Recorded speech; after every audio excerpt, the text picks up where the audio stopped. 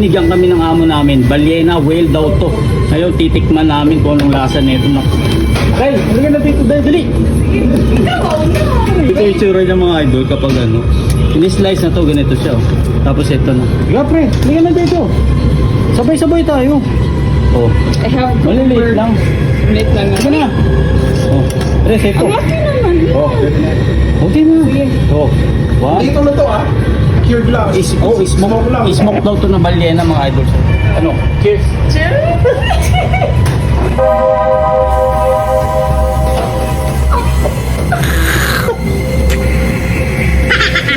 Papi? Ha? Part ng ano? Tingkol. May panulat. May panulat.